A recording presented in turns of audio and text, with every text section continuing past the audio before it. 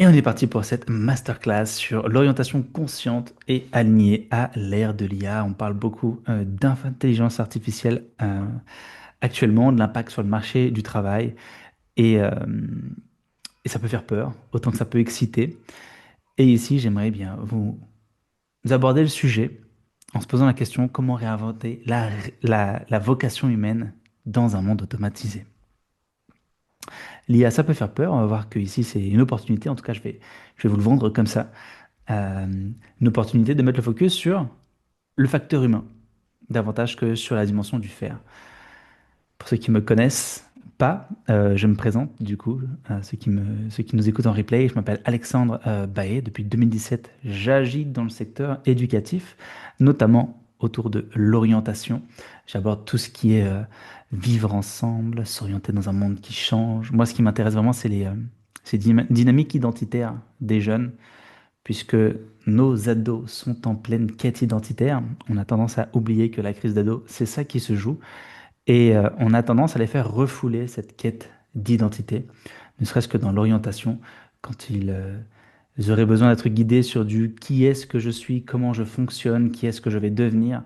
Le simple fait de poser la question qu'est-ce que tu vas faire de ta vie et d'orienter vers le métier, eh bien on a tendance à refouler la quête identitaire sans forcément s'en apercevoir, ce qui fait qu'elle se représente eh bien, un petit peu plus tard, pour le meilleur ou pour le pire, parce que ça peut engager une grosse quête de sens, ça peut se traduire sous forme de burn-out. Puis après, on a des professionnels comme nous qui récupérons les personnes qui n'ont pas fait leur quête identitaire plus tôt à la faire un peu plus, un peu plus tard. Donc voilà. Alors, hop, je mis quelques slides avec du contenu vraiment que je trouvais important à partager. Notamment autour de l'IA. Premièrement, c'est que l'IA ne tue pas le travail. On pourrait avoir tendance à croire que l'IA tue le travail. En fait, non. Elle va simplement dépouiller le travail de tout ce qui est mécanique pour laisser ce qui est profondément humain. Et donc, l'humain prend énormément de valeur à notre époque. Et ça, c'est le premier point sur lequel je voudrais attirer votre attention. Ça veut dire que on va revenir aux fondamentaux de tout, aux fondamentaux de ce qui fait la valeur humaine, aux fondamentaux de la vie collective. Les fondamentaux qui font l'humanité vont prendre de l'importance, le prendre soin, le transmettre, le relier, le imaginer, créer, réparer, nourrir, inspirer. Tous les trucs de base, grosso modo, prennent de la valeur. Prennent de la valeur parce que on sait moins faire. Humainement, la machine sait davantage faire. Et par contre, la machine n'est pas humanisée. Et donc, du coup, l'être, on reste des animaux sociaux, l'être prend énormément de valeur. Et donc, à quoi ça peut ressembler des métiers qui subissent ou qui évoluent au rythme de l'IA? Eh bien, un infirmier, par exemple, c'est un soignant augmenté. Vous êtes dans les hôpitaux maintenant et applications, robots, IA. L'IA, elle est là pour accompagner le professionnel à mieux diagnostiquer le patient. L'enseignant, c'est pas juste un enseignant qui est là pour transmettre un cours. En plus, je reviens aujourd'hui d'une formation que j'ai donnée dans un établissement scolaire. Euh, il y a un vrai enjeu à conscientiser qu'aujourd'hui, l'IA peut nous donner un cours en 10 minutes. Et du coup, ça vient questionner le qu'est-ce que je vais apprendre dans mon cours, en fait. Qu'est-ce que j'apprends à l'école? Qu'est-ce que j'apprends à l'école? À quoi ça sert? Et ça va. L'éducation est face à une vraie crise de sens. Et je sais que pas mal ne le mesurent pas encore, mais ça va faire que s'accentuer la crise qu'on peut avoir entre l'institution, ce qu'elle prône, et les vrais besoins des élèves. Ça va faire que s'accentuer. Donc, on va être invité à passer de l'enseignant, par exemple, au mentor d'apprentissage, quelqu'un qui apprend à apprendre. Ce que l'on pourrait faire, nous, dans du coaching scolaire, je sais que certains le font, techniquement, c'est des sujets sur lesquels vont devoir se pencher l'école, si elle veut, eh bien, colmater un peu la fracture qui est en train de se créer. Un artisan au niveau local devient un créateur local à haute valeur relationnelle. La valeur du local, eh bien, euh, va s'en voir dynamisée, revalorisée en tout cas. Et donc, le sens va se recentrer sur le lien, l'humain derrière la tâche. Et je pense que vous le voyez déjà, euh, vous qui êtes là en live, ceux qui nous écoutez en replay, on est dans des métiers d'accompagnement. Et aujourd'hui, ce qui fait qu'une personne vient avec nous, c'est au-delà de notre expertise, qui l'on est, ce que l'on dégage, et notre personnalité. Vous êtes d'accord avec ça? Vous le voyez? Et ça, c'est le fondement d'une orientation au XXIe siècle. De moi, ce que je vois du terrain. C'est prendre conscience que orienter un jeune demain, c'est plus lui dire quel métier est-ce qu'il va faire.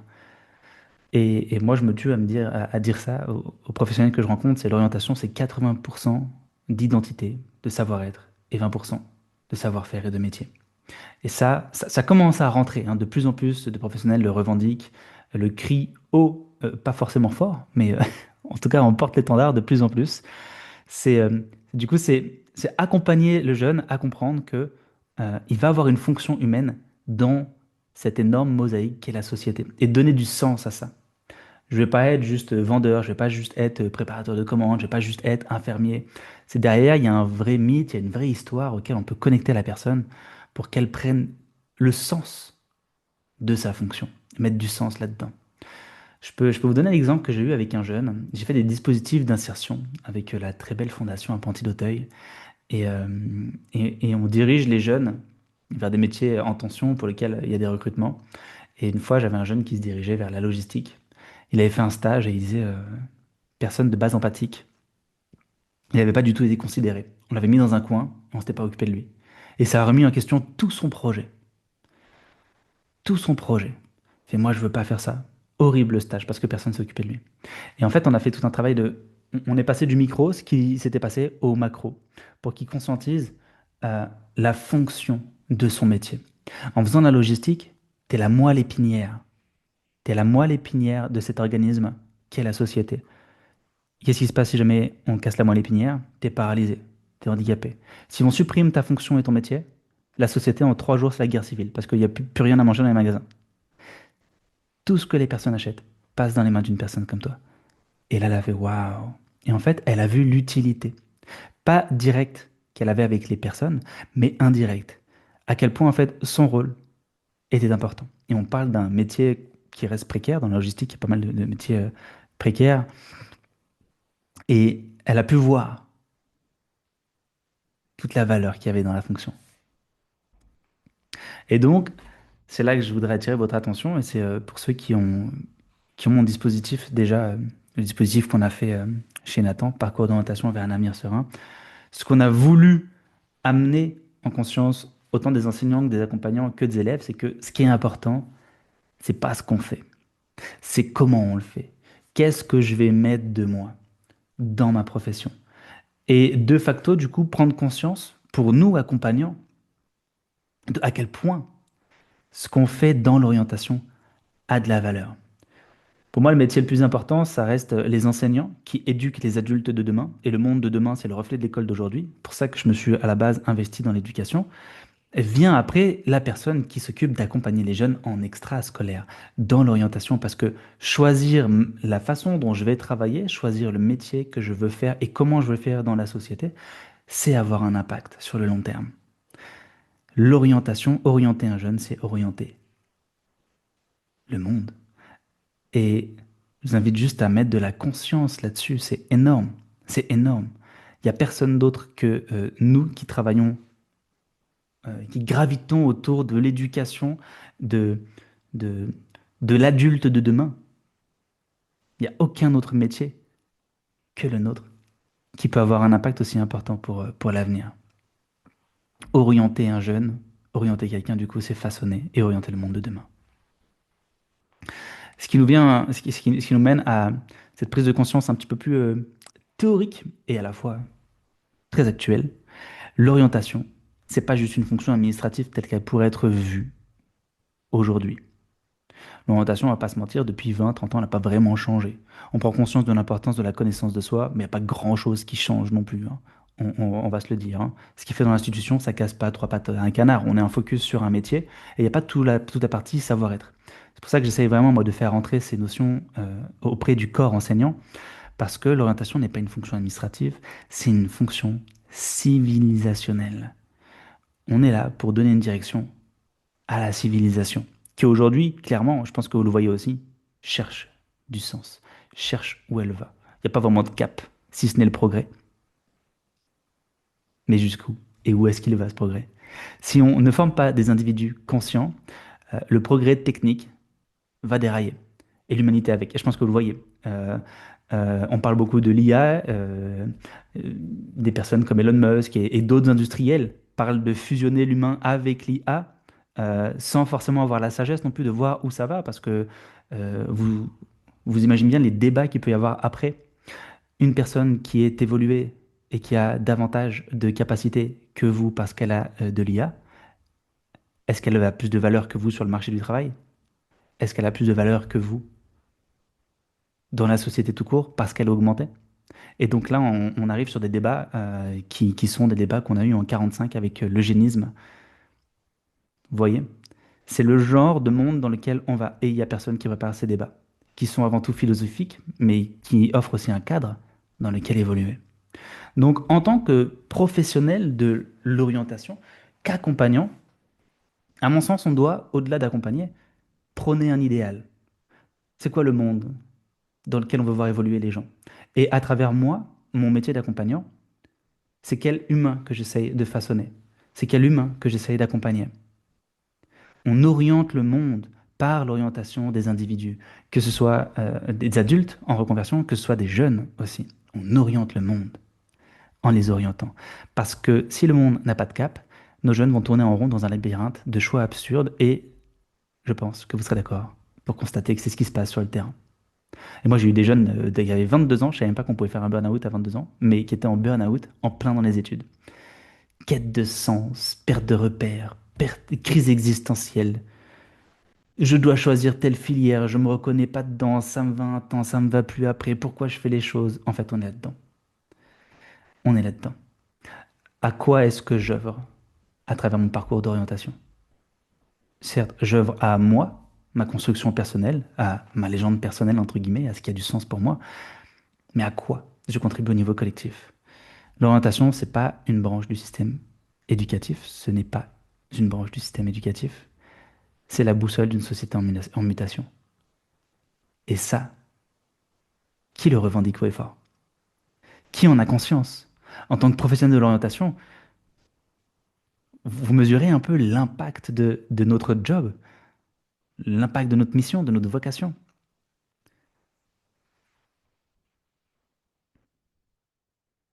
Donc, les jeunes grandissent dans un monde où tout change, sauf le besoin de sens. On a toujours eu besoin de sens. Bon, euh, selon la catégorie socio-professionnelle, le sens, il est secondaire, puis on part beaucoup d'insertion et qu'est-ce que je vais faire pour gagner ma vie dans beaucoup de milieux. Le sens, c'est inhérent à la condition humaine. Et de plus en plus, puisque l'IA remplace le savoir d'un enseignant, eh ben, ça va venir questionner le sens même de l'école, le sens de ce que je veux faire. Et aujourd'hui, peut-être que vous le voyez dans la société, c'est la société en entière qui cherche du sens. Et en termes de chiffres, c'était l'IFOP qui avait fait ce- cette enquête. Un collégien sur deux ne voit plus l'utilité de l'école. Donc il y a un vrai problème de repère. Un collégien sur deux, comme c'est énorme. Enfin, moi, je voyais déjà pas le sens quand j'étais plus jeune. Maintenant, je le vois le sens avec du recul. Je vois le sens et je vois surtout ce que l'école ne fait pas et ce qu'elle pourrait faire. Donc, on est face à un problème de repère et à une crise existentielle, civilisationnelle, qui impacte aussi la nouvelle génération. Et moi, ce que je vous propose dans cette masterclass et dans tout ce que je fais autour, c'est de revenir du coup aux fondamentaux. Parce que le monde change, mais l'humain, lui, ne change pas. Et ne changera jamais, à moins qu'on vous mette une puce d'IA dans le cerveau, etc. Peut-être ça aura un impact sur vous, mais pour l'instant, on n'y est pas encore. Et ça ne concerne pas la majorité des gens. L'humain, d'un point de vue psychologique, il y a un mode de fonctionnement, et ça ne va pas bouger. Et donc, ce qu'on peut faire, c'est accompagner un jeune à prendre conscience de comment est-ce qu'il fonctionne, de comment est-ce que lui fonctionne, comment les autres fonctionnent. En faisant ça, on va en même temps créer de l'empathie. Et peut-être que c'est aussi quelque chose dont on a besoin dans la société de demain, davantage d'empathie. Et donc, on conscientise que oui, les métiers changent, mais l'humain, lui, ne change pas. Moi, je travaille beaucoup avec les archétypes dans l'orientation. Euh, et ce que je vais vous partager juste après pour ceux qui ne l'utiliseraient pas. Euh, les archétypes, ça ne bougera jamais. Ça ne bougera jamais. C'est comme intelligence fonctionnelle, nature multiple, etc. Il y a des choses qui ne fonctionnent pas. Et donc, l'idée, c'est de transmettre ces outils-là aux jeunes pour qu'ils puissent avoir des repères sur comment est-ce qu'ils fonctionnent et s'orienter en fonction de ça. Voilà. Aider chacun à comprendre sa fonction humaine dans le grand organisme du collectif. Et donc ici, euh, moi, à travers tout ce que je fais, j'ouvre des portes sur les archétypes parce que en termes d'outils de connaissance de soi, j'ai rien trouvé de plus puissant. Et est-ce que vous qui êtes ici en live, vous utilisez les archétypes, vous avez conscience de ça? Vous les utilisez peut-être même pour vous, pour votre branding, ou pas du tout? Vous n'utilisez pas du tout Non, pas du tout. Ok. Moi, je connais le concept d'archétype, moi, mais je l'utilise pas du tout. Hmm. Enfin, non. Mm. Alors, ce qui est super intéressant avec les archétypes, c'est que ça vient s'ancrer dans un courant psychologique qui est celui-là de la psychologie jungienne. Je vous ai mis ici en Mm. bas la petite roue. Et Carl Jung met en évidence qu'on a tous un processus d'individuation à faire. Dans ce processus-là, on apprend à se construire et à se rencontrer. Et ce qui est beau, c'est que moi, je calque le processus d'orientation à l'individuation. Acte 1, accommodation, on prend conscience que, bah tiens, papa, maman, il y a une norme dans laquelle j'évolue, puis je m'oriente sur ça. Puis vient un temps où je prends conscience que, waouh, en fait, ce que je veux faire, en vrai, c'est pas du tout ça. Là, je me suis orienté selon ce que je percevais de l'extérieur. Mais en fait, moi, à l'intérieur, j'aspire à autre chose. Et donc, de cette prise de conscience, eh bien, je rentre dans l'acte 3, qui est le temps de la construction, où je suis censé me comprendre, me confronter, entre guillemets, à moi-même, explorer mes valeurs, comprendre vraiment c'est quoi ma place sur Terre, qu'est-ce que je suis venu faire dans ce grand jeu qu'est la vie. Une fois que j'ai identifié ça, et donc là, c'est là où on passe les 80% du temps d'orientation, à mon sens, aider la personne à se construire, à se comprendre, à conscientiser ses forces, oui, on peut dire ça, mais c'est surtout ses mécanismes inconscients, parce que notre vie consciente, c'est le fruit de notre inconscient, et donc mettre en lumière ce qu'il y a à l'intérieur, ça permet de conscientiser ce à quoi on aspire vraiment. L'acte 4, le temps de l'harmonisation, eh ben, une fois que je sais qui je suis, ce qui est vraiment important pour moi, eh bien, comment je vais pouvoir m'harmoniser au monde dans lequel je vais rentrer. Et donc, c'est là où on peut rentrer dans une quête métier. Tiens, quel métier va être aligné à ma personnalité? Et quand je fais ce processus, eh ben, généralement, j'accède à une sorte de transcendance où, waouh, en fait, je suis tellement à ma place que je compte même pas l'heure à laquelle je vais rentrer chez moi après mon taf. Enfin, t'es transcendé par ta mission. Et les archétypes, eh bien, s'insèrent très bien dans cette dynamique-là parce qu'on rencontre des archétypes tout au long de ce processus-là. Donc, il y a des archétypes qui sont temporels et qui vont guider ce process. Et puis, il y en a d'autres qui viennent nous expliquer quels sont nos besoins profonds et qu'est-ce qui nous anime vraiment. Donc là, vous avez 12 grands archétypes. Je vous ai mis le- mon livre si jamais vous voulez creuser la chose, où je donne tout ce qu'il y a à savoir là-dedans, tout ce qu'on peut faire avec les archétypes aussi, et une exploration de ces 12 archétypes qui sont à l'intérieur de nous. Psychiquement, on a ça en nous. Pour ceux qui découvrent la notion d'archétype, voyez là une sorte d'énergie psychique qui va s'activer pour vous aider à répondre à un besoin. Vous avez besoin de sécurité, pouf, vous activez l'archétype de l'innocent. Vous avez besoin de comprendre le monde, comprendre les choses, comprendre les gens, vous activez l'archétype du sage. Vous avez besoin de liberté, sentir que vous êtes libre d'être qui vous êtes, libre de faire ce que vous voulez aussi, archétype de l'explorateur. Et tous ces mots sont déjà stéréotypés. Si je vous dis de penser à un explorateur, vous avez déjà des images qui viennent à vous. Moi, je vais penser à Mike Horn, je vais penser à Indiana Jones. Moi, mon archétype dominant, c'est l'archétype du sage. J'ai un grand besoin de comprendre les choses. Et derrière, il y a une histoire qui s'y cache. Et la finalité de l'histoire du sage, c'est de transmettre. Qu'est-ce que je fais? Eh ben, exactement ce que je fais aujourd'hui. Et je prends mon pied dans la transmission. Et donc, je suis aujourd'hui dans la formation, dans le coaching, qui est aligné à mon archétype du sage et mon archétype du magicien, qu'on pourrait, dans le magicien, vous pouvez voir une sorte de Merlin l'enchanteur, qui est, qui est la personne qui va bah, aider Arthur à accomplir sa légende et devenir le roi Arthur. Mais par rapport à un jeune, l'archétype du magicien, c'est la personne qu'on rencontre dans son parcours, qui va nous aider à comprendre qui on est et nous guider. Et donc, si là vous êtes coach d'orientation, à mon avis, le magicien, il est activé chez vous parce que c'est collé à notre fonction. magicien ou potentiellement bon, sauveur, qu'on appelle aussi parfois l'ange gardien. Et en fait, conscientiser tous ces archétypes qui vivent en nous, il y en a forcément un, deux, trois dominants, ça permet eh bien, d'identifier des métiers qui seraient alignés avec nous. Et j'ai oublié de préparer la chose, mais j'ai même conçu une application qui s'appelle Adoka, co-conçu une application qui s'appelle Adoka Learning. Vous mettez adoka.fr sur Internet, si jamais vous utilisez ça avec vos jeunes. Et puis ici, vous avez un test pour identifier à la fois vos archétypes et à la fois les intelligences multiples. Et ça vient croiser les deux. Peut-être que vous utilisez déjà les intelligences multiples aujourd'hui. Bah, si vous êtes sage, intelligence intrapersonnelle, ça va donner des métiers. Si vous êtes sage et intelligence kinesthésique, ça va donner d'autres métiers. Donc pour faire le lien avec l'orientation, c'est ça que ça permet notamment. Mais ça va plus loin que ça, parce que dans chaque archétype, eh bien, vous avez un mythe. Et donc l'idée, c'est de connecter la personne à ce mythe, à cette histoire qui l'anime, pour qu'elle mette du sens sur ce qu'elle vit, ce qu'elle traverse, et puis qu'elle identifie les prochaines étapes qui vont lui permettre de vibrer sa mission et qui elle est. Vous pouvez aussi, hop, je le partage là, vous pouvez aussi aller sur mon site internet, alexandrebae.com, hop, et ici, vous pouvez faire le test. Vous voyez mon écran là, hein? Ouais. Vous pouvez faire le test, vous cliquez sur faire le test et vous, en tant que accompagnant, vous allez identifier l'archétype qui vous anime le plus dans votre activité. Ce qui permet de, après, baser une identité de marque, par exemple, sur qui vous êtes et puis de jouer sur cette histoire qui vous anime.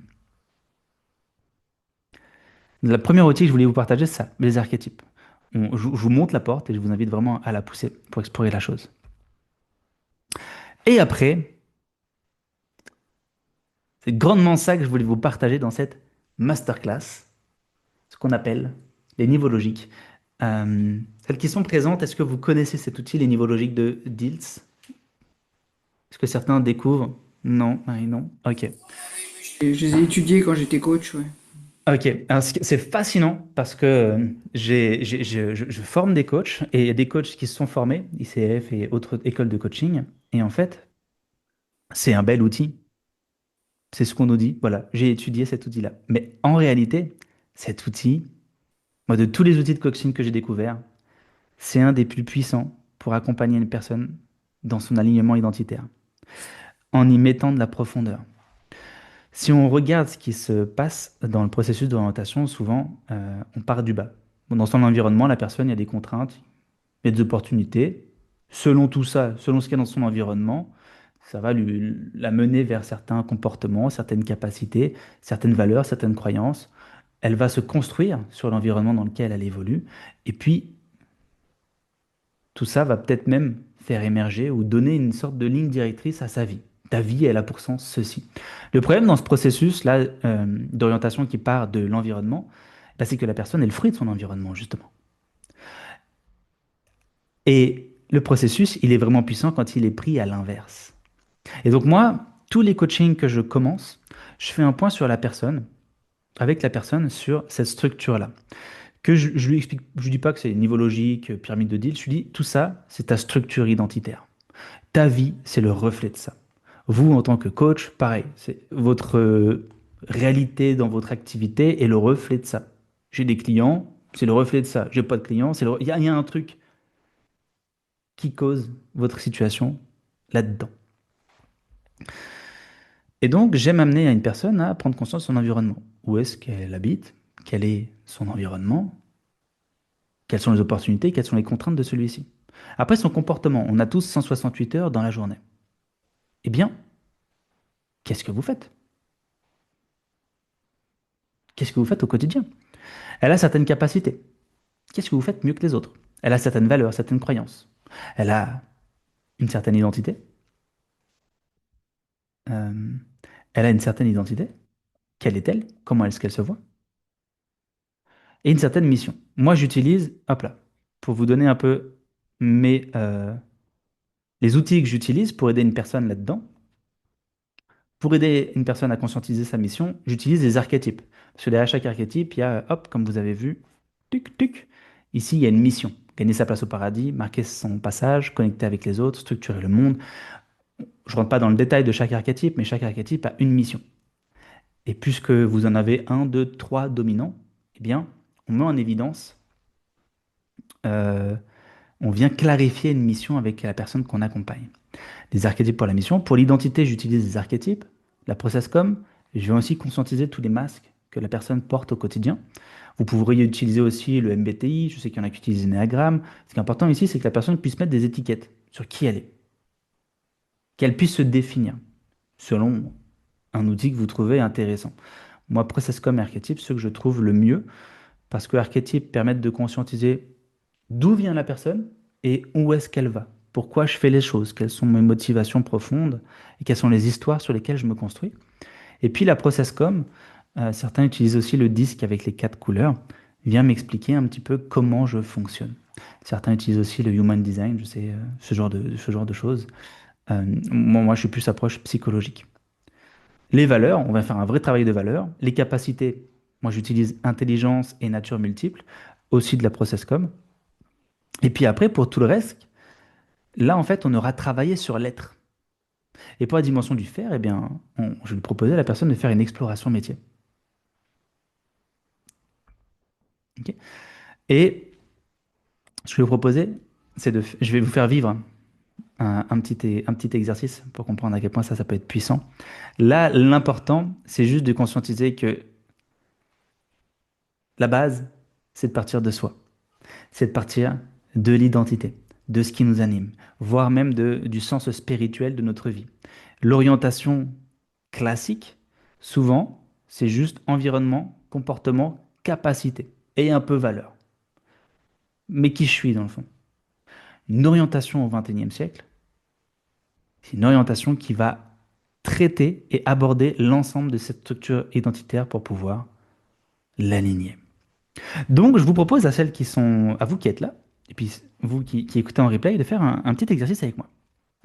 Je vous invite à prendre une feuille. Je vous invite à prendre une feuille. Vous pourrez même mettre une musique. Vous savez quoi? Je vais même mettre une musique. Je vous invite à prendre une feuille et je vais vous guider dans cet atelier. Vous avez une feuille, c'est bon? Et je vous invite sur cette feuille à me décrire l'environnement dans lequel vous évoluez aujourd'hui. Quel est l'environnement dans lequel vous évoluez aujourd'hui? Quelles sont les opportunités, quelles sont les contraintes qu'il y a dans cet environnement?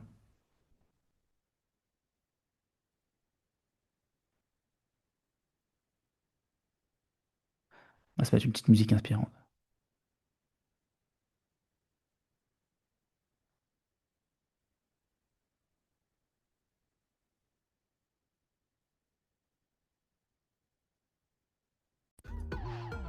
Ok, ensuite on a le comportement. Qu'est-ce que vous faites de vos journées au quotidien? Et vu que vous êtes accompagnant, je vous propose de faire ça en lien avec votre activité. Qu'est-ce que vous faites au quotidien?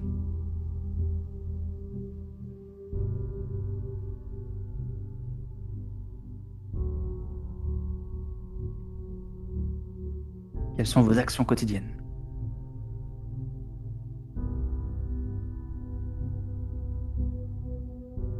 Vous décrivez, vous dessinez.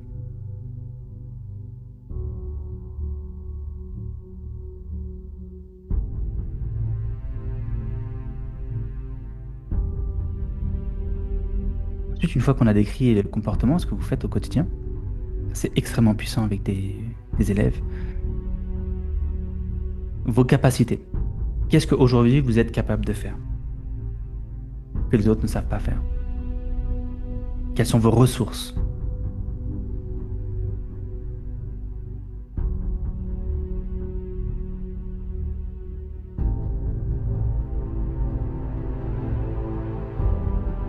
Une fois que vous avez conscientisé ces ressources,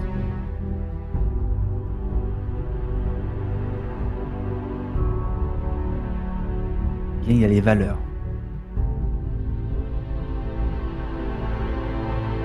Aujourd'hui, quelles sont les valeurs qui drivent votre vie?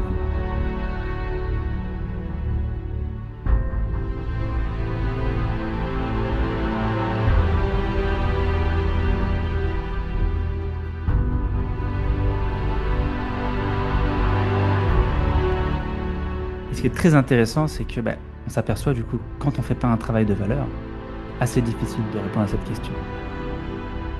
Et aujourd'hui, je sors j'ai eu 120 enseignants en formation. On a travaillé les valeurs.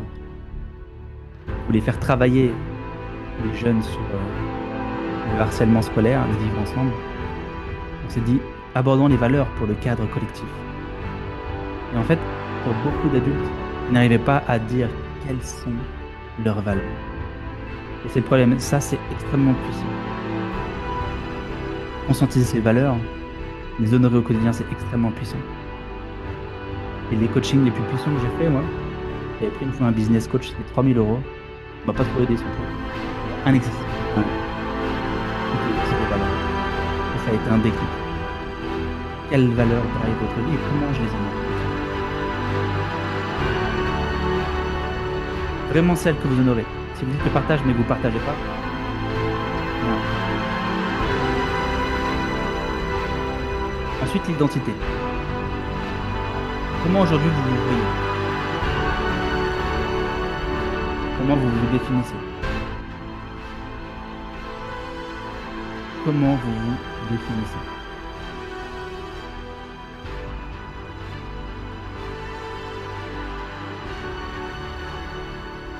Moi, j'utilise des archétypes.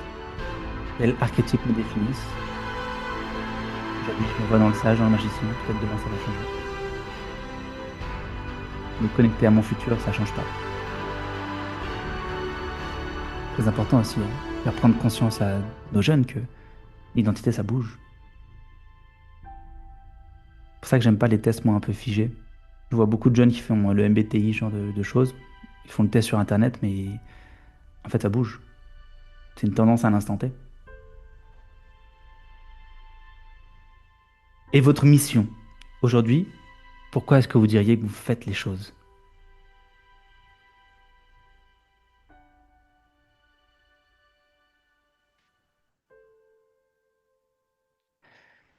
Et là, on a fait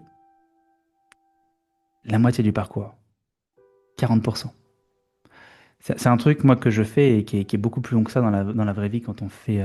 c'est un atelier de coaching que j'appelle le parrainage identitaire, où on va venir parrainer l'identité, l'ensemble de la structure identitaire d'une personne, par un archétype, par quelque chose comme ça. Et là, vous avez une vue d'ensemble sur vous aujourd'hui. Ok? Maintenant, je vous invite à fermer les yeux. Dites vraiment à fermer les yeux, à prendre une grande inspiration et à vous projeter dans 2 ans. À vous projeter dans 2 ans. Vous avez forcément un idéal de vous-même. Quel est l'idéal de vous-même? Dans 2 ans, qu'est-ce que vous verriez faire? L'idéal de vous-même, à quoi ressemble-t-il?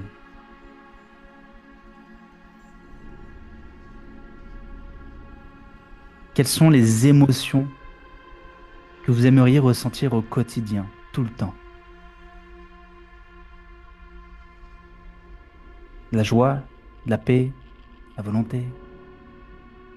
Votre vous idéal, qui accomplit les rêves que vous avez aujourd'hui. Si vous êtes entrepreneur, peut-être celui-là qui a une activité stable et pérenne. Si vous êtes en couple, la personne qui a un couple épanouissant. Vraiment, moi je vous propose d'avoir une vue transversale. Pro, perso, votre vous idéal dans 2 ans. À quoi il ressemble? Et pour vous montrer la puissance de l'alignement identitaire, on va le faire là. Je vous invite à être connecté, à ressentir, à voir que sur une ligne de temps, cette personne que vous êtes dans 2 ans, vous l'êtes déjà aujourd'hui. Et je vous invite à, comme ça à chaud, poser sur le papier la mission qui anime ce vous dans 2 ans. Pourquoi est-ce que vous faites les choses dans 2 ans?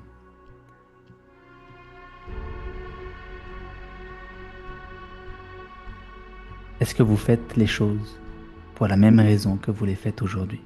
Si oui, génial. Sinon, il y a un écart. Et tout l'intérêt d'un coaching, c'est de réduire cet écart. Si je deviens la personne que je suis appelé à devenir demain, maintenant, tout va plus vite. Identitairement. Identitairement, qui est-ce que vous êtes? Comment est-ce que vous vous percevez? En utilisant les archétypes, moi c'est ce que je fais. Quels archétypes m'animent? Est-ce que c'est les mêmes qu'aujourd'hui? Est-ce que c'est les mêmes un rang au-dessus? Encore plus incarnés? Longtemps dans mon activité, j'ai galéré. Parce que je suis sage magicien, mais si je n'incarne pas le sage, que je ne transmets pas, alors je suis pas dans ma légende personnelle. Si je book des conférences, que je vais jouer au sage, de un, ça va me galvaniser, et de deux, ça va me faire avancer. Quelle est l'identité de votre vous idéal? Quelle est son énergie?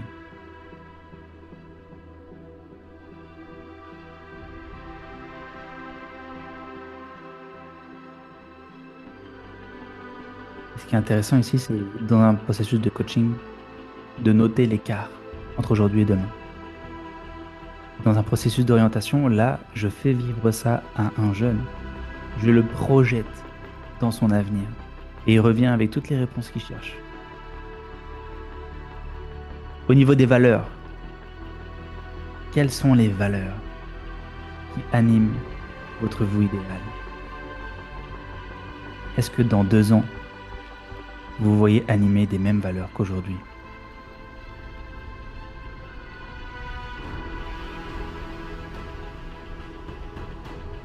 Trois, 4, 5 valeurs.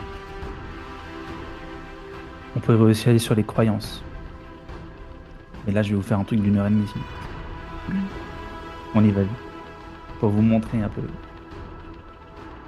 quel point c'est stylé. Et là, on le fait en visio. Et ça, on peut le faire en vrai, dans l'espace. En schématisant un espace pour l'environnement, un autre pour le comportement. C'est super puissant. Les valeurs de vous demain. Une fois que vous avez noté les valeurs de vous demain, les capacités. Quelles sont les capacités que vous avez dans 2 ans? Est-ce que vous avez déjà ces capacités dans le présent ou est-ce que vous savez faire quelque chose de différent? Est-ce que vous faites différemment ce que vous faites aujourd'hui?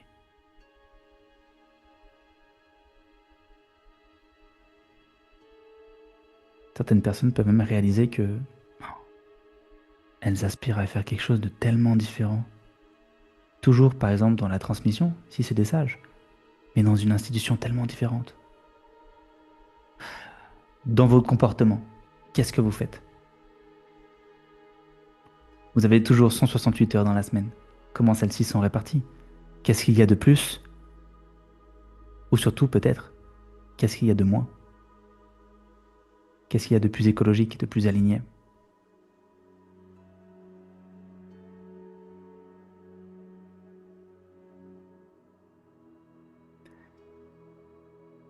Et de facto, pour finir, dans quel environnement est-ce que je me vois? Et ça, dans l'orientation, je trouve que c'est quelque chose qui est minimisé. On oublie que si je me dis je vais faire des études à côté de chez moi, je vais rester à côté de chez moi. Ça se trouve, j'aspire à un tout autre lieu de vie. Et si je m'ouvrais à l'étranger? Et si je m'ouvrais à un cursus dans une autre ville? Où est-ce que je veux vivre? Si je ne supporte pas mon lieu de vie, qui m'est néfaste, qui ne m'élève pas, je suis peut-être appelé à aller ailleurs. Où est-ce que je pourrais exercer? Où est-ce que je voudrais exercer? Où est-ce que je voudrais vivre, tout simplement?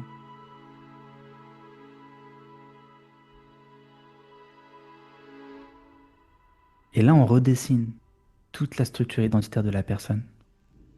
D'un point de vue coaching, il y a plein d'informations qui sont sorties là. Vous aujourd'hui et vous demain. Plus c'est fidèle, mieux c'est. Ça veut dire génial, vous êtes à votre place. Et plus il y a un écart, et plus c'est là où le coaching prend son intérêt, plus c'est là où la personne, on peut la driver, et mettre en conscience, tiens, quelle voie va être alignée vraiment avec ce vers quoi tu veux aller. qui te permet d'être connecté à tes rêves, ce qui te fait vibrer au fond, et à la fois qui soit totalement ancré dans la réalité du terrain et du marché économique dans lequel on est. Hein, l'idée, c'est pas d'être déconnecté non plus. Et donc là, on a mis le focus sur l'être. Et c'est parce que je suis telle personne que telle entreprise va vouloir travailler avec moi plutôt qu'avec une autre. Si on va plus loin et qu'on pousse à l'insertion, ça permet de conscientiser tout ça. Parce que je suis une personne, parce que je fais les choses de cette façon, de manière alignée avec moi. Alors, j'ai des résultats différents, j'ai une vie différente, j'évolue.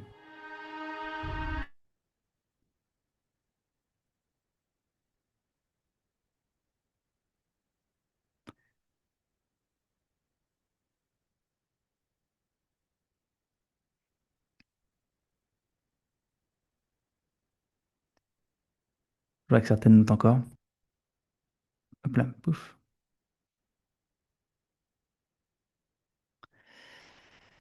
Hop. Là, on touche toute la structure identitaire. Vous voyez, la dimension spirituelle, on pourrait travailler, c'est une séance en coaching. La dimension identitaire, pareil, c'est deux séances selon les outils que vous utilisez. Moi, j'utilise ça. Donc, moi, mes trames d'accompagnement, c'est 10, 12 séances, 10 séances minimum. Mais parce que travailler sur l'être, pour moi, on ne peut pas faire moins de 8 séances. Sinon, on passe à côté de quelque chose. La personne, elle n'est pas outillée comme elle pourrait être outillée.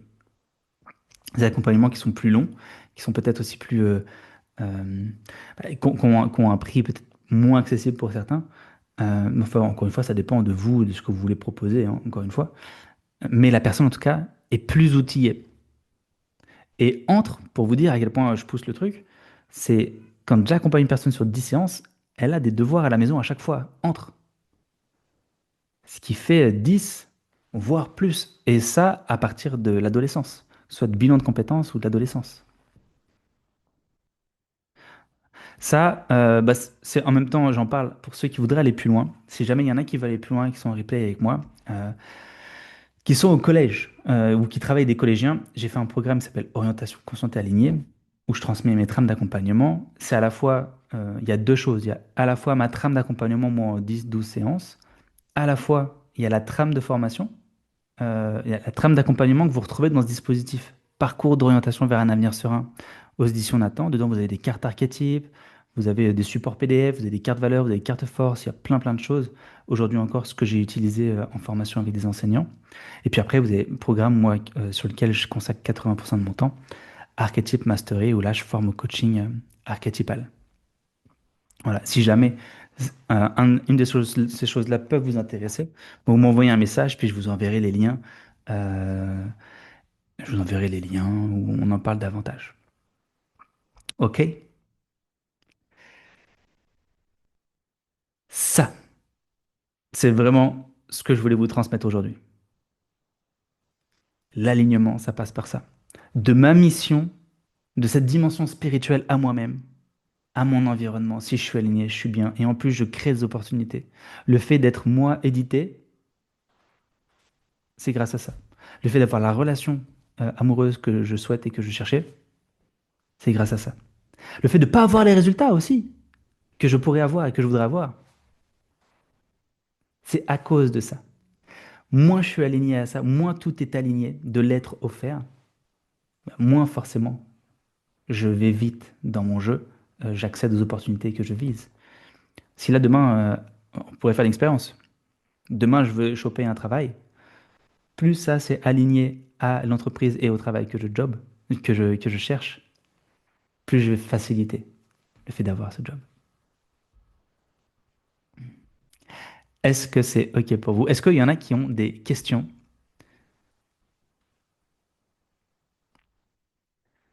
Non, non, non. Merci beaucoup, en tout cas, Alexandre. Super, trop bien. Et je ne connaissais pas ta pyramide, donc c'est super de connaître ça. Ah ouais, la pyramide de... Enfin, c'est vraiment pyramide de deals, ou alors vraiment, moi j'appelle ça, c'est vraiment la structure identitaire. C'est début de coaching, fin de coaching. Ça introduit comment la personne est et ça conclut comment la personne se voit aujourd'hui et où est-ce qu'elle va surtout. Et c'est extrêmement puissant. Sous hypnose, dans la vie, pratiquer en présentiel avec des gens, en visio, un vrai atelier sur le sujet. euh, tu mets bien 45 minutes, 1 heure. Ouais. Moi, quand je l'anime, c'est 45 minutes, 1 heure, et en présentiel, pareil, 1 heure, 1 heure et demie. Et c'est super, super puissant. Et c'est l'atelier de coaching que je fais le plus avec moi-même, moi. Mais ça, tu fais sur de la reconversion plutôt professionnelle, pas trop avec les jeunes, parce que c'est un peu... À partir de 16 C'est ans. 16 ans, ok, d'accord. Ouais, à partir de 16 ans. Ouais. Ouais, j'ai eu 16, 17 ans, tu vois, 16 mature.